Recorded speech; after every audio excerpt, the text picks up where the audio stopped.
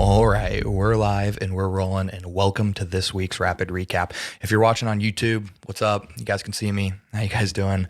If you haven't checked out our YouTube channel, make sure you hop over there at The Real Venture or The Real Venture. I still don't know if you say ad or not. But every single video that every single interview episode that we have, we post over there in addition to our social media. So make sure you guys hop over there and check it out and subscribe. But today we are getting into a rapid recap with our conversation with Brian Dovey. If you're new here, rapid recap is basically a 7 to 10 minute conversation that we have following our interview with our guest. This kind of allows us to dive into some of our takeaways, some of the things that we thought were really important from the episode, and then also, kind of get our minds going on different ways to digest new topics going forward, and making sure that the wisdom and advice that they passed on in their episode carries through and continues on. So just to give a little bit of background on Brian, he started in a way I think a lot of us do, right? We come right out of school, we move into a sales role, we work for a really big company, but he wasn't satisfied, so he ended up going back to school, where he went to Harvard to get his MBA. And little side personal note, that's actually where he met my grandpa. So they were both in the Harvard Business School together, way back in the day. And then ultimately that's how I know Brian and how we had him come on the show through that connection. So love that. Shout out to history. But he talked about as he went through Harvard, he was looking for something else. And when he came out, he was approached by a doctor who had an idea for a business. And obviously, the doctor is the medical side of the potential new business, had a product, had a process in place, and needed somebody to actually run the business and get that side going. So he approached Brian, and boom, just like that, he's an entrepreneur. And I think that's something a lot of people can relate to. You start doing certain things, and all of a sudden, boom, you're an entrepreneur. Boom, you're running your own business. Sometimes that's kind of the way it happens. But one thing I really want to dive into is kind of the way that he framed entrepreneurship early in his career. So in the 1960s, being an entrepreneur was not quote unquote fashionable, right? It's basically what you did when you couldn't get a good job.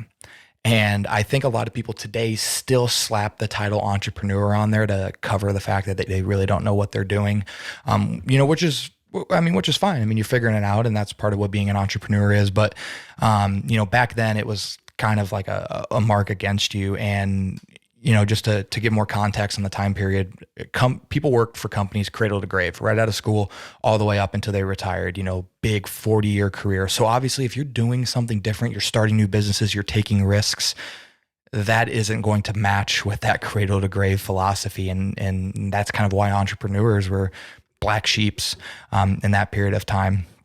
And, he even went on to say at Harvard, they only had one class that was related to basically starting a new business, and it was called Managing New Enterprises, which definitely does not have the same ring to it as entrepreneurship. And then, fast forward now into all schools, he talked about the Harvard Business School, but, at Purdue as well, where I went to school. There are so many entrepreneurship classes. There is an entire institute dedicated to it that really has been normalized, and it is even promoted and incentivized. And it's, we want people to go out and try new things and start new companies. And I think that that's really cool to kind of see how that has evolved over time. I think in some regards, successful entrepreneurs today are at the same level as high profile athletes, right? Your Tom Brady's, your LeBron James are right up there with your Elon Musk, your Jeff Bezos. And it's kind of cool to see how that has evolved over time to where dominating business and coming up with great new ideas, allows you to carry some influence and status in that regard. And, that's what some people are really after. Other people are, looking to really make a difference in the world, and you can make a difference in the world both ways. But don't get me wrong, but there's multiple paths, if you will, to clout. And it's kind of cool that business has now become one of those, and it's not just, something that's kind of reserved in the background, and it's what, it's what makes the world run. That's how our economies get going. He also had a really important quote that I thought was interesting. Security is in your own talent base as a business. Loyalty is out. Now let's kind of dive into what that is. So security is within your talent base. So when you have people involved in the company, that is, that's how you lock people up. Is you have a need for them. You make them feel needed and they fit the cog in the machine kind of thing. Because honestly, people jump around from business to business. Like loyalty is kind of out. So the only security you have is what your talent base is doing as a business. And I thought that was really interesting because, if you look at my time at Oracle, like, the vast majority of people that start with you are, so many people have gone to multiple different jobs following their time. And it's crazy. I mean, people just bounce around and, especially with like the remote work culture and stuff like that. I mean, it's really easy to go work for somebody else. You're not having to like pick up and change your entire life and move across the country. So, as a business owner, that actually scares me because how can I create a culture and a need that makes my employees want to be there and develop loyalty in that regard, because for any reason they could pick up and leave at any time. So that's, something that kind of got me thinking going forward. I'm like, man, how am I going to combat that? How am I going to, cultivate a brand, an identity, and a mission as a business that forms as a blanket of security for my workforce?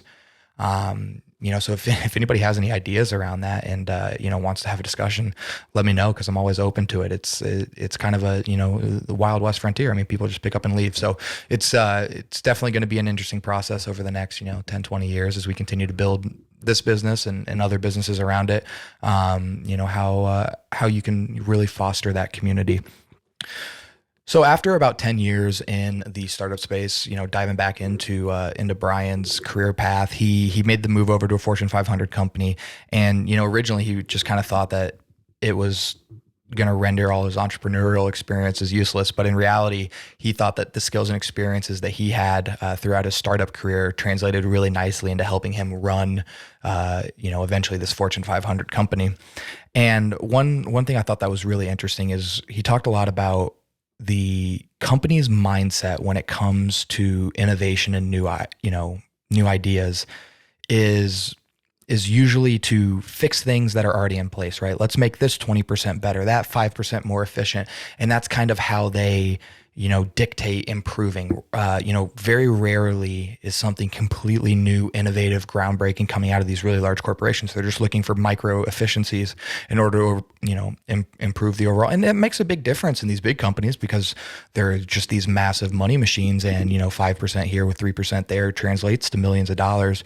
But that's not exactly what you want as an employee sometime, tying back into our conversation with RJ Grimshaw about being an entrepreneur. Like, you're looking for opportunities to do something new within the company because it provides the framework and the resources that you need to be successful, and you don't have to basically go out and risk it all. And, Brian talked about how the risk to reward ratio is completely off because entrepreneurs, we can go out, we can try something new, we can learn from it, we can start from scratch, and then we can just do it all over again and continue to try and iterate. And, that's great. That's, he talked about how the second best thing you can do as an entrepreneur is fail fast. So obviously the first thing you want to do is have your business succeed, but the next best thing is to fail quickly so you can get back out there and do it again.